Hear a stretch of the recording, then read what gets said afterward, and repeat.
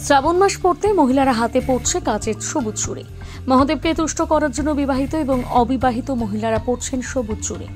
Social মিডিয়ায় এখনো সবুজ চুড়ির ছক, রাস্তাঘাটে দেদার বিক্রি হচ্ছে সবুজ চুড়ি। তেমনি উত্তর দিনাজপুর জেলার কালিয়াগঞ্জের বাজারে ইতিমধ্যে সবুজ চুড়ির পোস্টার সাজিয়ে বসে পড়েছেন চুড়ি বিক্রেতারা। আর নতুন ট্রেন্ডে গা ভাসিয়ে দেদার চুড়ি কিনছেন মহিলারাও। হিন্দু পুরাণ বিশেষজ্ঞরা বলেন, শ্রাবণ মাস পড়তেই নেট পাড়া জুড়ে ভাইরাল হয়েছে মহিলাদের হাতে সবুজ চুড়ি। শ্রাবণ মাস হলো মহাদেবের জন্ম মাস। কোনো এক সময় অভিশাপের কারণে দেবী পার্বতী শিবের কাছ থেকে আলাদা হয়ে গিয়েছিলেন, কিন্তু তারপর দেবাদিদেবকে পুনরায় ফিরে পেতে শ্রাবণ মাসে দেবী পার্বতী কঠোর উপবাস পালন করেন। সেই সঙ্গে হাতে সবুজ চুড়ি পরেছিলেন তার ভালোবাসা এবং ভক্তির প্রতীক হিসেবে।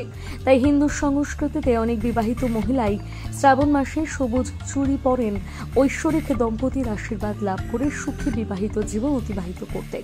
প্রসঙ্গত, শিব পার্বতীর পৌরাণিক কাহিনীর প্রেম, ভক্তি এবং স্বামী স্ত্রীর মধ্যে বন্ধনের তাৎপর্যকে তুলে ধরে এই চুড়ি।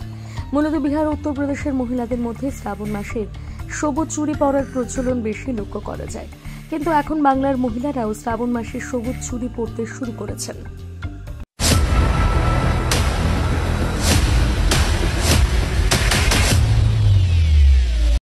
কি মনে করছেন?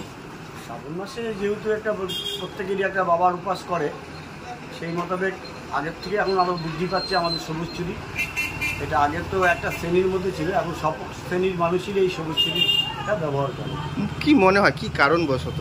এই কারণটা এখন ধর্মীয় একটা ব্যাপার থাকে, এই প্রত্যেকের মধ্যে একটা ধর্মের একটা প্রতি একটা আস্থা আছে বলেই এই সবুজ চুড়িটা ব্যবহার করে। কারণ প্রত্যেকেরই মানুষ ধর্মের প্রতি মানুষের একটা সবসময় দুর্বলতা থাকে, যে এই শ্রাবণ মাসে সবুজ চুড়ি যদি ব্যবহার করে, বিশেষ করে মহিলারা, তাদের কত মঙ্গল হবে, পারিবারিক শান্তির জন্য এই চুড়িটা হয়তো।